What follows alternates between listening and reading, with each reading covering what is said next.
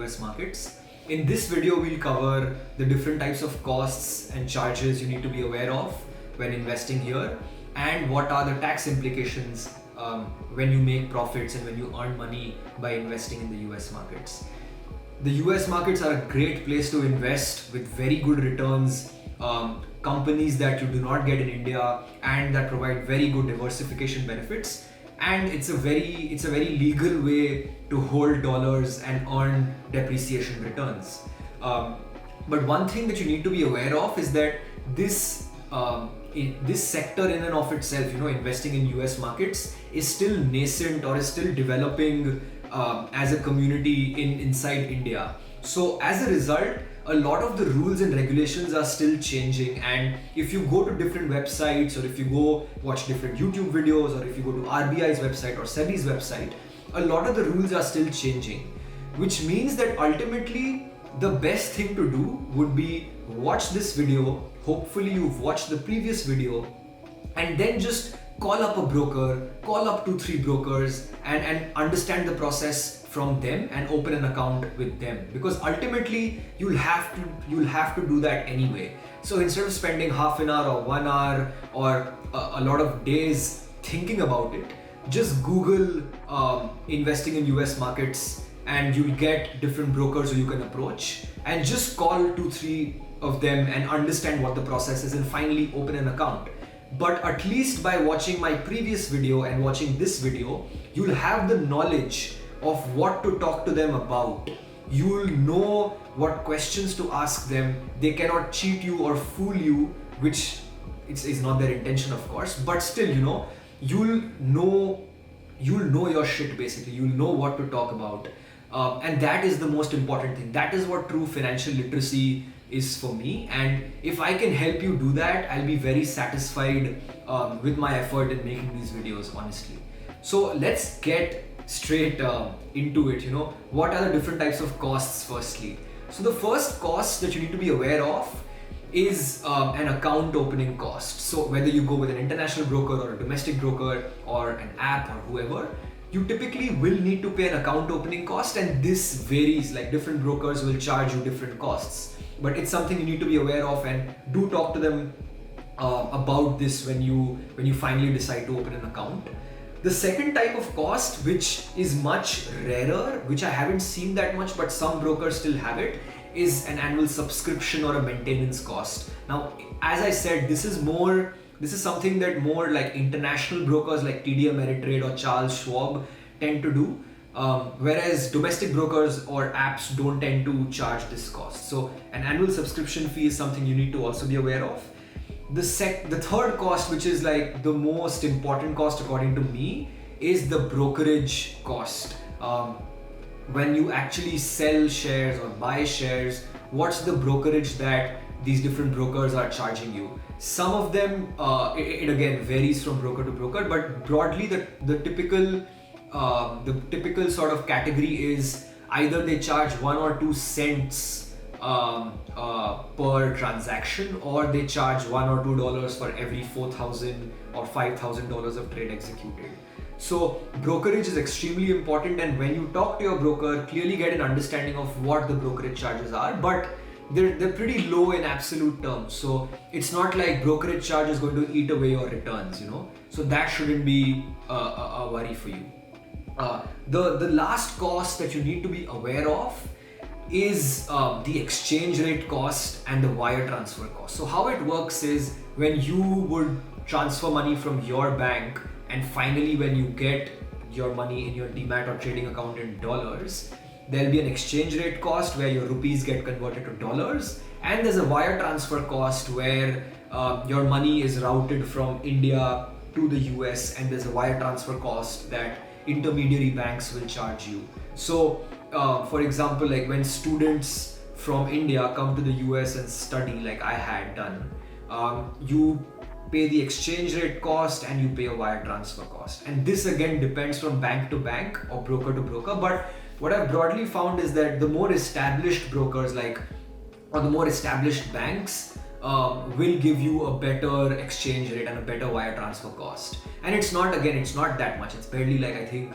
0.5 or like 0.25% or something. So that's not something that you should really worry about. But again, these are like 4 costs that you need to be aware of and that you should talk to your broker about when you finally call them. Is the account opening cost, the annual subscription or maintenance fee, which is much rarer. You have the brokerage cost, and you have the exchange rate and wire transfer cost, right? So these were the costs. Now let's move on to the tax implications of investing in the US market. So there are 2 types of taxes broadly.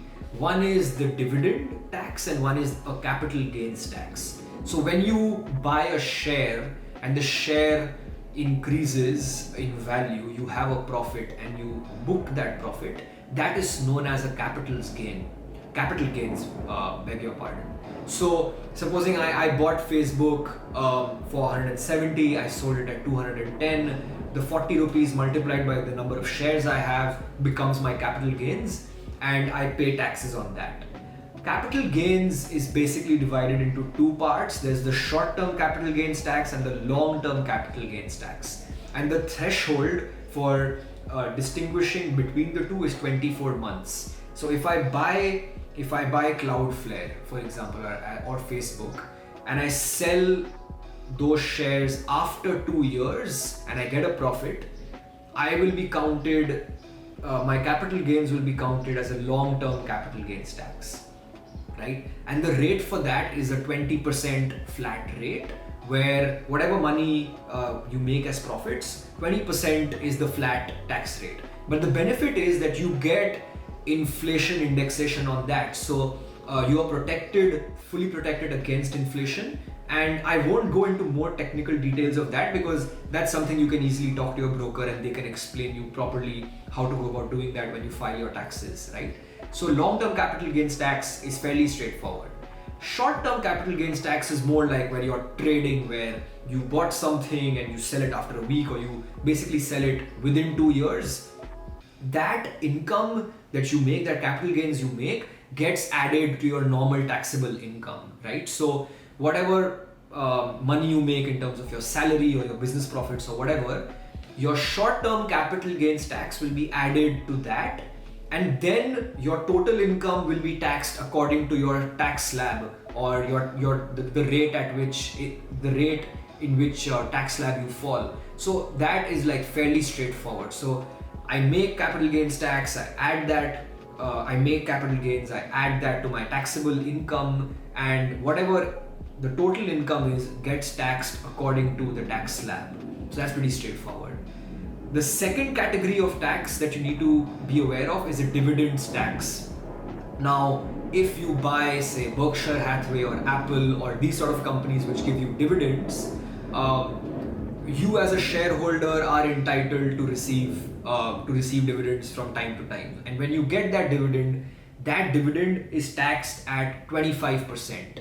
Now, the good thing about this is that you have to pay that tax to the US government. And again, this process is not complicated at all. It's like fairly straightforward. Your broker will explain everything to you. But the thing is, you pay that tax to the US government, and because India and US have a double taxation avoidance agreement, you do not need to pay dividends tax in India. And in fact, what you pay in the US gets adjusted to your taxable income in India. So broadly, these are 2 types of taxes, where you have dividends tax at 25%, you have long-term capital gains tax at 20%, and you have short-term capital gains tax, which gets added to your taxable income, and you get taxed at the slab rate you fall in.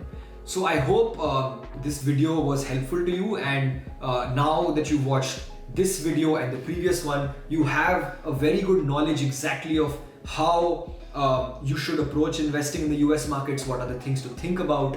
And in the next video, I'll be talking about what do I personally do in terms of investing in the US markets from my India account. I have a Robinhood account here which I directly invest in, but my family, they have an India account, and from India they invest in US stocks. And in the next video, I'll be talking about how I did that, what broker did I use, what was my psychology, my mentality of doing that. And please like and subscribe to my channel. Please like this video, and I promise to keep creating newer and newer content. In the comment section, please write down what exactly are you looking for in terms of stock market advice, or what expertise you want to build, and I'll create videos based on that. So thank you so much, and look forward to seeing you in the next one.